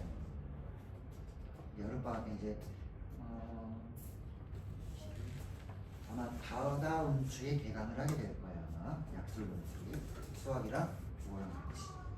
그래서 진행을 하게 되면 주로 아이들이 많이 보는 학교가 여기에요. 주로 수련, 가천되는 애들이 다 써요. 거의 다. 요거 거의 많이 씁니다. 한국기술교육. 자, 여기도 많이 쓰고, 자, 얘가 미적분을 한다면, 자, 고려대 세종캠이요. 수학에 미적분이 들어가요. 미적분. 이거 알고 계셔야 됩니다. 미적분이 들어가냐, 안 들어가냐 차이도 있습니다. 나머지는 미적분 없어요. 그냥 수원, 수투라고 보시면 돼요. 수원과 수투. 거기에 대한 문제가 나올 거고. 자, 그래서 수능 최저라든지 뭐 이런 것들을 크게 신경을 안 쓰면서 볼 수 있는 게 약술론술인데 만만하게 보면 떨어진다 라는 게 요점, 요약하면 그런 내용입니다. 그러면 문제도 한번 보셔야 되지 않을까요? 어떤 게 나오는지 우리 학생들은 또 궁금할 텐데. 자, 문제 보기 전에 핵심 포인트를 이걸 잘 보시면 돼요. 앞에 있던 거를 정리해 놓은 거예요. 내가 수능 최저 없는 데를 가고 싶어. 그럼 이 중에서 골라요. 나는 논술만 그냥 다른 거 다 반영이 안 돼. 나는 논술 100% 갖고 한번 가볼래. 논술만 잘 보면 된다면서? 그럼 여기를 합서 골라. 여기 이거 들어가 있죠? 한기대 여기도 들어가 있죠? 그래서 많이 봅니다. 여기도 많이 보겠죠? 한국공학대도. 자, 그 다음에 우리 여학생들 같은 경우에는 또 간호학과. 간호학과 같은 경우에는 여기서 제일 잘 가면 여기겠죠? 가천대. 취업 잘 돼야 되는 거죠. 가천대를 많이 가요. 여기가 아니면은 수원대 이쪽 을지대라든지 수원대라든지 여기도 많이 지원을 하고요. 36대 신한대 이런 순서대로 간호학과도 지원하니까 여학생들은 여기다 볼 필요 있다. 수시를요 6개를 이걸 다 쓰면 불안합니다. 하나라도 안 되면 탁 끝나버리기 때문에 어느 정도 한 3, 4개 정도 이렇게 좀 보셔야 될 거예요. 그리고 수학만 보는 곳이 있습니다. 여기 아직 여기가 한길에 들어가 있죠. 외대도 있습니다. 외대. 자, 우리 여기 외대는 예전에 이제 편입을 제가 했을 때 편입 수학도 했었는데 그때 여기 2명 뽑는데 저희 애들 2명이 지원했어요. 2명 다 100% 합격이 됐는데 외대가 그렇게 가기 힘든 학교는 아니란 얘기예요. 이 글로벌은 용인에 있습니다. 용인에 있는 학교 여기 외대는 다 이과생들은 다 이쪽에 가 있다고 보시면 돼요. 문과는 서울에 있고 외대 컴퓨터공학 수학교육과 이런 애들 있죠. 수학과 같은 경우에 그래서 외대에서 글로벌에서 진행을 하고 있는 상태고 여기 많이 넣어요. 애들이 두 개는. 그리고 가까운 데 가고 싶으면 이제 여기를 넣겠죠. 집에서 가까운 학생들을 멀어주고 싶은데 엄마 아빠는 가까운 게 좋죠. 학생들은 멀리 가고 싶어요. 멀어 나가고 싶은데 그래서 여기를 가는 경우도 있는데 고려대는 미적이 들어간다는 거.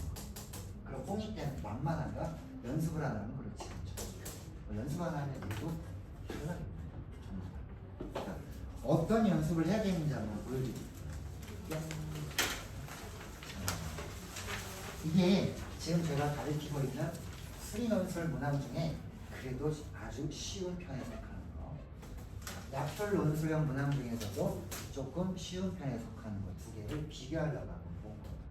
형태는 비슷할지 몰라도 뭐 함수가 2개가 있어요. 그래도 3차 함수가 있습니다. 어쨌든 함수를 다루고 있을 때 보면 학생들이 봐야 되죠. 엄마 아빠도 뭐야 얘는 글씨가 많고 적냐. 길면 어려운 거 맞아요. 그리고 제일 중요한 거 모르시더라도 여기를 보시면 돼요. 얘는 어떤 사실을 입증하세요, 보이시오, 증명하시오, 서술하시오 이런 내용들을 다루고 있어요. 그래서 얘네들은 조금 이 제시문에 대한 걸 읽고 거기에 따른 거를 내가 증명이나 어떤 사실을 밝히면 되는 거죠. 이게 수리 논술의 경향이라고 보시면 돼요. 약수련 문항은 수능 문제를 푸는데 약간 우리 공부를 좀 적게 한 학생들을 위한 내가 풀이지를 만든다 라는 생각으로 이렇게 써주면 점수가 나오거든요. 이게 지금 풀이지를 만든다고 생각하시면 될 겁니다. 그냥 계산하는 게 아니라 자 얘는 이거에 대해서 이렇게 해서 답이 이렇게 나옵니다 라고 정확하게 서술을 마무리하는 연습을 해요. 이 연습이 없이 가면은 막 중구난방으로 쓰잖아요. 채점을 할 수가 없어요. 그럼 내가 맞았는데도 그냥 거부할 수도 있다는 얘기예요. 눈에 안 들어오면 이거 틀렸어 탈락. 그럴 수도 있어요. 이거 채점 결과를 받아보지 못하는 거야. 얘도 마찬가지. 채점 결과 몰라요? 그냥 당락만 할 수 있어요. 그럼 교수가 이걸 다 채점할까요? 그 많은 애들 걸 조교들이 합니다. 조교들이 쫙 놓고 이 가이드가 있습니다. 자, 이거 나오면은 키워드 나오면 이거 맞았다 안 나온 것들은 죄다 틀리게 해요. 그래서 감점 요소들을 보는 거예요. 논술이 다 그렇습니다. 근데 사람이 하는 일이니까 실수도 있겠죠. 약간의 실수도 있을 거예요. 나 분명히 맞게 풀었는데 글씨가 들어가지고 잘못 봤어. 이거 감점이에요. 그러니까 예쁘게 쓰는 연습을 하셔야 된다. 깔끔하고 예쁘게 이렇게 진행을 하셔야 돼요.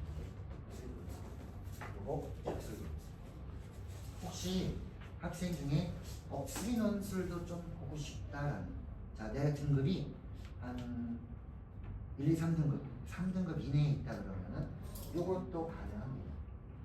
수리 논술이 꼭 연대만 보는 거 아니에요. 연대는 수리 논술만 봅니다. 내신 안 보고 수능 안 보고 논술만. 하나 붙었어요 작년에. 걔는 그냥 그걸 안 해도 갈 건데 붙었어요. 그냥 한번 장난삼아 넣고 가야 되는 수학을 잘하는 애들만 있는 겁니다. 연대만 있는 게 아니에요. 논술은 여러 학교가 많아요. 여대도 있고 볼 때 굉장히 많습니다. 여대, 상명여대, 수명여대고 여대 종류로 쭉 있을 거고 그 다음에 광대도 있을 거고 건국대 건국대 굉장히 많아요. 학교마다. 그래서 수리 논술도 굉장히 메리트가 있는데 3등급 이내가 조금 수월할 거다. 4등급만 되면 조금 걱정입니다. 왜냐하면 여기는 수, 원, 투가 주가 아니라 미적분, 확통, 기하가 주가 되는 겁니다. 미적과 확통을 할 수 있어야 됩니다. 기하까지 들어가죠. 여기는 수학 1과 수학 2만 합니다. 고대 가고 싶어 미적분 산책해주면 됩니다. 미적분도 여기 들어간 학교가 선택을 하면 진로를 나가죠. 그래서 가급적이면 3등급 이상 되는 내가 등급이 나온다면 여기가 딱 맞을 거예요. 그리고 얘는 먼저 시작했어야 되는 거고 얘는 지금 시작하면 딱 맞는 거예요. 내신이 끝났거든요. 고3. 이제 다 놓고 이거 하나만 올인해도 되는 거죠. 얘는 어차피 공부하면은 수능 공부가 돼요. 수학이 수원, 수투는 이거 공부가 되는 거죠. 그래서 병행을 할 수가 있는 상황이거든요.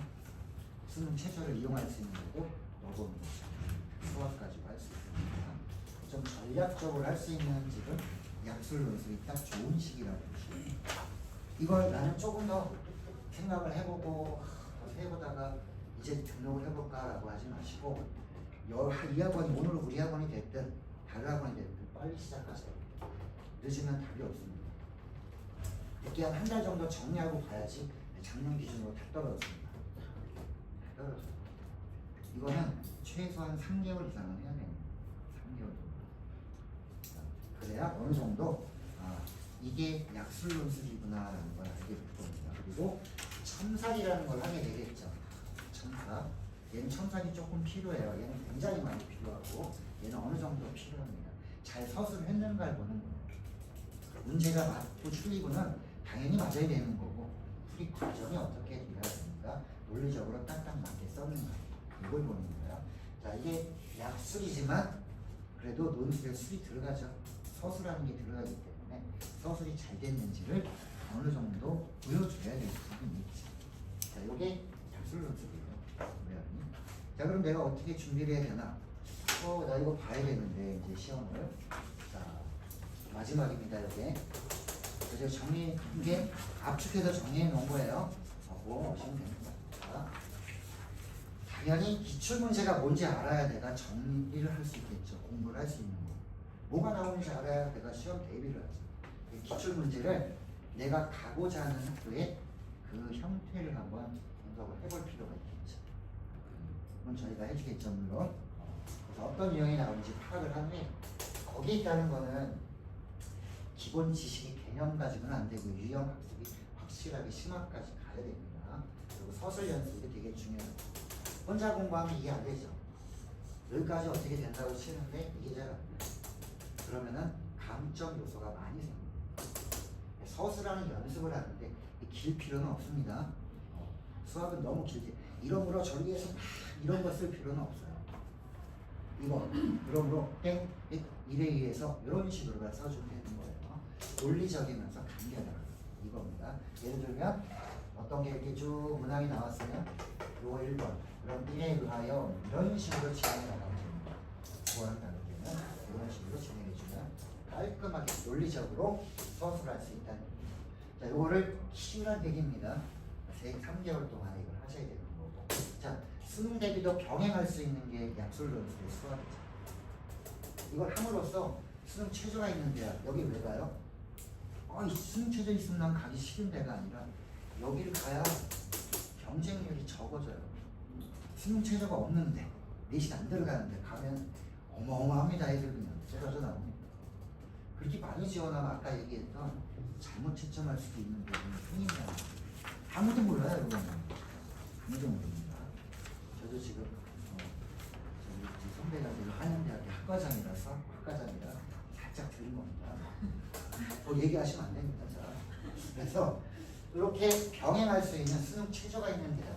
요것들을 우리가 준비해 나가면 조금 더 경쟁률을 좀 더 내가 갈 수 있는 데하고 좀 높일 수 있지 않냐. 조금이라도 합격선을 높여야 되기 때문에 이걸 한번 생각을 해봐야 해요. 너무 우리 애가 너무 형편없어요 그러면은 지금 당장 등록을 좀 하셔야 돼요. 한 4등급, 5등급 정도 더 밑에면은요 수학은 조금 해 그래도 딱 좋아요. 국어영어는 꽝이야. 그러면 빨리 하셔야 돼요. 이 약술론술에서 국어는 그렇게 어렵지가 않거든요. 얘를 문제 나눠주다 보면 곧잘 푸는데 수학은 좀 많이 바뀝니다. 수능에 조금 쉬운 사전 문제 정도, 조금 쉬운 사전 문제 정도를 원활하게 다룰 수 있는 그렇게까지만 해주면은 큰 지장은 없다라고 보시면 됩니다. 자, 질문 사항이 있으면 좀 질문을 받아볼게요. 제가 준비한 내용은 요약을 해서 요렇게입니다. 요거 많이 할 필요 없잖아요, 그죠? 이게 딱입니다, 내용. 그럼 수학 같은 경우는 네. 뭐 메일로 해주시나요? 예. 첨삭 아니요, 그날 제가 보고 바로 할 수 있는 양입니다. 문제가 이게 수리논술처럼 길지 않기 때문에 전 수리논술도 그날 할 수 있는 부분이 되니까 약술논술도 빨리 할 수 있죠. 첨삭 내용을 하기 전에 일단 정답 유무, 그 다음에 그 과정을 한번 살펴보는데 시간 얼마 안 걸립니다. 또 질문 있으시면 나가세요. 예를 들어 이 가천점이 보면 예. 과가 다양하잖아요. 예. 문제가 다 똑같은지 문제가 이제 난이도가 좀 다른지. 뭐 약대 계열이나 뭐 의대 계열 이런 데 빼고 나머지 공과 계열은 또 다 똑같은 거죠. 똑같은 문제. 다르다고 하더라도 그렇게 레벨이 막 확 달라지진 않아요. 난이도는 비슷해요. 비슷한데 조금 약간 어렵다 뭐 이런 거겠죠. 네. 모의고사 문제를 따로 만들어 주시는 거예요. 네, 그럼요. 자, 기출도 하고요. 예상 문제도 하고요. 그거는 뭐 어느 시험이든지 다 그렇게 할 거예요. 기출이 나오고. 예를 들어서 세종은 네. 공부대 햄버스 같은 경우는 미적도 있고 수 그냥 미적은 따로 수학도 있잖아요. 미적은 뭐 해당되는 부분만 따로 해요. 따로. 아이들 문제 풀 때 제가 따로 해줘. 미적은. 미적도 막 어렵게 나오는 미적이 아니에요. 그럼 죽어요. 그렇게 하면 차라리 수능을 보고 말죠. 그리고 공부 통수하고 어떻게 하는 거예요? 그건 그냥 기본 상식 이렇게 기본 보시면 상식. 돼요. 너 사칙연산 할 수 있어. 이거랑 비슷한 개념이에요. 아 그래요? 예, 거기서 배운 기본적인 내용을 수험 스티어로 쓰는 거죠. 예를 들어 학생들이 있으니까 예를 들어 항등식이 뭔지는 아니까 인수분해는 뭔지 알면 써라. 이 정도 개념입니다. 그거에 대한 문제를 막 복잡하게 내지는 않아요. 주로 개념은 한 80%는 전부 다 수험 스트림 내용을 가지고 나머지 20%는 통합형 문제로 되겠죠. 마음껏 말씀하셔도 됩니다. 네. 혹시 그동안 지도했던 학생들 중에 네. 인상 깊었던 친구나 우리 학부모들한테 한번 얘기 나누시고 친구들한테 그래서 인상 깊지 그러니까 않은데 성적이 엄청 안 좋았는데 네. 드라마틱하게 뭐 아. 입시에 성공했다고 하는 그런 케이스 사례. 이게 하기 싫어하는 애들이 있고요. 성적이 안 좋은데 하기 싫어하는 애들 떨어집니다. 엄마가 보내면 떨어집니다. 근데 본인이 되게 못했어요. 얘가 한 5등급 나왔을 거예요. 5, 6등급 정도. 수학은 5, 6등급이면 굉장히 못하는 거예요, 사실은. 걔는 그래도 갔습니다. 인서울은 아니에요. 경기권으로 갔어요. 잘 간 거예요. 걔는 대학을 못 갈 뻔했어요. 수학이 아니었으면 못 갔어요. 그러니까 이 약술논술이 참 좋은 게 뭐냐면은 대학을 얘는 이 레벨의 대학은 절대 갈 수 없는데 갈 수 있게끔 해주는 발판이에요. 제가 아까 말씀드렸죠. 지금 학생들의 성적을 가지고 여기에 써 있는 학교를 갈 수 있는지 없는지를 판단하고 충분히 갈 수 있다면 그냥 수시로 지원하시고 그렇지 않고 여기에 딱 메리트가 있다 싶으면은 약술논술을 진행하시고 그게 일단 메리트가 있는 거예요. 이 선이 안 되기 때문에 이걸 지금 이 전형을 지금 선택을 하셔서 어머니하고 오신 거기 때문에 가급적이면 빨리 시작했으면 좋겠어요. 여름에 덥잖아요. 여기 시원합니다. 시원하게 공부할 수 있어요. 약실 논술 처음 작년부터 했습니다. 작년 예, 작년부터 했어요. 그리고 논술 부분은 처음 나왔을 때부터 제가 수의논술 거의 초창기부터 제가 진행을 했기 때문에 그쪽이랑 이쪽이랑 좀 다른 게 요거 전이 뭐냐면 약술논술 전은 이제 적성이라고 해가지고 전이 있었어요. 그거는 얘보다 조금 더 쉬웠어요. 걔는 객관식이니까 찍어도 됩니다. 또 하나 객관식인 것도 있습니다. 모르시겠지만 편입시험도 객관식이에요. 편입시험 대학교 수학을 알 수 있는 거잖아요. 제가 보낸 애들도 다 객관식이기 때문에 그것도 하나 말씀드리면 중앙대가 제일 어렵습니다. 편입시험 반만 맞으면 합격해요. 찍어도 된다는 얘기죠. 사지선답니다. 오지선답니다. 편입이 더 쉽나요? 예? 문제 난이도 아 대학교 겁니다. 무조건 수학이다. 대학교 수학, 대학교 용. 복소수 함수로 뭐 정수로 규칙 이런 건 안 하고 가정대 수학 이런 건 안 하고 이유가 아니에요. 고등학교가 아닙니다. 자, 그래서 저는 다시 말씀드릴 거는 이왕 선택하실 거라면 우리 학생이 지금 현재 이 입장에 있다. 지금 아까 얘기했던 이런 대학들 요즘 많이 써있죠? 이걸 보는 게 낫겠다. 많죠? 여기에 직접적으로 지금 가고는 싶은데 성적이 조금 안 된다 싶은 학생들은 바로 시작하셔야 될 거예요. 늦으면은 조금 가망성이 떨어집니다. 확률이 좀 적어집니다. 빨리 진행을 하시고 일단은 이건 좋습니다. 내가 지금 처해 있는 입장에서 지원을 할 수 있는 대학을 먼저 정한 학생만 그냥 한번 성적 되는 대로 한번 가볼까라는 학생은 나중에 차이가 많이 납니다. 먼저 정해놓는 게 좋아요. 어느 학교를 정해놓으면 그 학교의 특징들을 따서 공부를 할 수 있기 때문에 어느 학교를 가지고 공부를 하려면 조금씩 학교마다 성향이 조금 틀려요. 수원 스쿨에도 심화 공부를 하면 전혀 관계가 없지만 학교마다 조금씩 틀려집니다. 살짝 아까 잠깐 보여드렸던 그 시험 문제 있죠? 예. 이게 한기대 스타일입니다. 한기대 스타일. 한국기술교육대 스타일입니다. 그래서 서강대 거예요. 모의논술입니다. 그냥 논술 아니고. 이게 모의논술 이렇게 어렵지 않기 때문에 낚시를 많이 하죠. 요거 한국기술교육대 스타일 문제다. 을지대 스타일도 있고 가천대 스타일이 아마 제일 좋을 거예요. 가천대가 전체를 다 아우르고 있어요. 가천대가 거의 제일 위라고 보시면 됩니다. 약술논술에서는 근데 모집 인원 보면 아실 거예요. 1000단이죠. 나머지는 100단이잖아요. 아니면 10단이거나 얘는 1000단입니다. 그만큼 좀 좋은 애들을 많이 뽑고 싶다라는 의지로 한 거니까 가천대를 기준으로 공부를 하면 다른 학교들은 거의 대부분은 거기에 맞춰질 거다라고 보시면 됩니다. 또 질문 있으시면 하셔도 좋습니다. 네. 수업 방지는 어떤 일단은 제일 먼저 해야 될 거는 자, 개념 학습 이런 거는 좀 지나갑니다. 왜냐하면 전체적으로 이걸 먼저 알아야 되기 때문에 기출을 내가 풀어보면은 부분이 어느 부분이 내가 지금 취약점이 되고 얘는 잘 되고 얘를 판단할 수가 있을 거예요. 이게 개인별로 달라요. 그래서 개인별 과제가 달라지겠죠.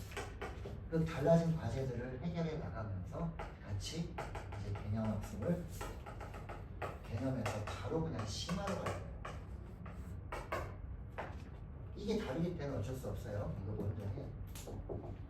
기출 문제라든지 아니면 예상 문제라든지. 예상 문제가 난이도가 조금 더 높아요. 우리 예상은 항상 연습할 때는 좀 더 어려운 걸로 하니까. 질문 아주 잘 하셨어요. 시작을 어떻게 하냐. 이렇게 시작해요.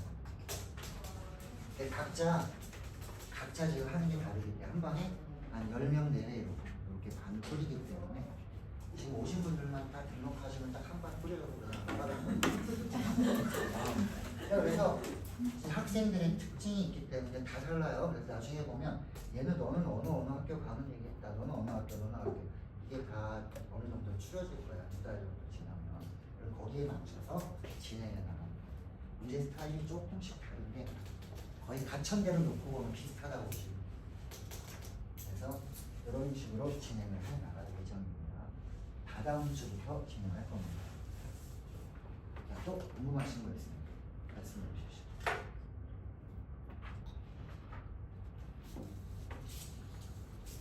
그냥 막 편하게 말씀하셔도 돼요. 거기에 굳이 몇 등급이에요 이런 거 다 말씀하셔도 돼요. 창피한 거 아닙니다. 이미 결과가 나온 걸 어떻게 하겠습니까? 그래서 거기에 맞춰서 가야죠. 자, 이런 것도 있어요. 예상일은 그거랑 똑같이 12일날 네? 개강이 15일로 제가 알고 있었는데 모르겠어요. 거기 써있는 데가 안 나옵니다. 10매출로 그냥 알고 있었거든요. 저는 화목이거든요. 화목. 그래서 요거 시간이 어떻게 되냐면 이제 수업 2시간 하고요. 2시간은 우리 조교쌤이랑 클리닉을 좀 할 건데 그 클리닉이 자기가 좀 안 좋은 부분들 있죠. 뭘 채워나가는 시간이라고 보시면 돼요. 그래서 등록 관계는 이제 데스크에 이제 얘기를 하시면 될 것 같습니다. 날짜는 이제 국어랑 저랑 이제 수학이랑 조금 날짜가 다를 수 있기 때문에 저는 이제 화목으로 진행해요. 뭐 화요일 토요일인가 모르겠네요. 다음 주 화요일 네, 이제 다음 주는 우리 학원이 방학이에요. 다음 주 화요일 목요일 방학이라 그 다음 주 15일인가 잠깐만요. 수업은 6시 시작을 해서요. 6시부터 10시까지입니다. 여기 2시간 수업, 2시간 클리닉 이렇게 보시면 돼요.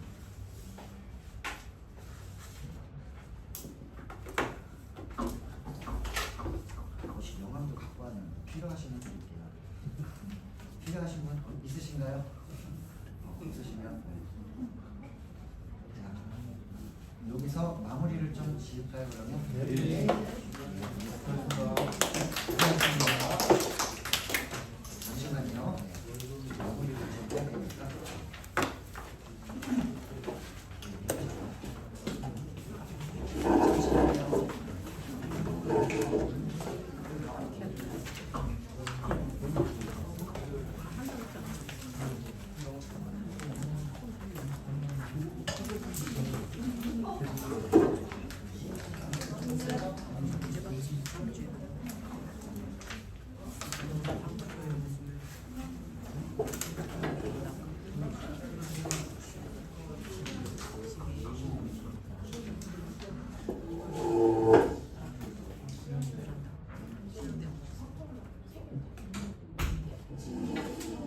네, 어떻게 잘 들으셨을까요? 네, 저희 이제 설명회는 이렇게 끝났고요. 네, 어쨌든 이제 약술논술에 대해서 아마 좀 이해가 좀 되실 것 같고, 저희 뒷장에 그 상담 신청서가 있어요. 그래서 거기다가 학생 뭐 지금 내신 등급이랑 모의고사 등급 그리고 추가적으로 궁금하신 내용을 남겨주시면 저희가 전화 드려서 상담 일정을 좀 잡고.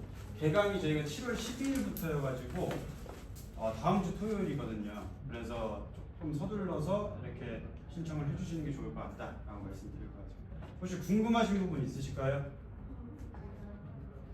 수학은 언제 개강해요? 수학은 이제 화목반이어서 네. 7월 13, 15일 화요일부터 이제 개강을 할 거예요. 예. 또 궁금하신 부분 있으실까요? 아마 이제 학생별로 원하는 대학이나 이런 것들이 등급 라인이 다 달라서 그건 저희가 어쨌든 개별 컨설팅을 통해서 학생마다의 좀 대학을 다 지정을 해드릴 거예요. 그래서 상담 신청서에 그런 부분도 적어주시면 좋을 것 같고, 네. 좀 요약을 하자면 어쨌든 입문 논술, 수리 논술보다는 난이도가 좀 쉬운 편이고, 그리고 이제 뭐 약간 기출 문제도 좀 받아보셨겠지만 해보면은 막상 보면은 그렇게 진입 장벽이 높지 않다라는 생각이 들 텐데 중요한 건 그러니까 이제 지원율이 높을 거거든요. 그래서 거의 이제 다 맞다시피 해야 되는 그런 전형이다 이렇게 좀 봐주시면 좋을 것 같고요. 네, 그 정도로 좀 마치고 천천히 상담장 작성해 주시고 저희 데스크에 제출을 해주시면은 저희가 순차적으로 연락을 드리겠습니다. 네, 고생 많으셨습니다.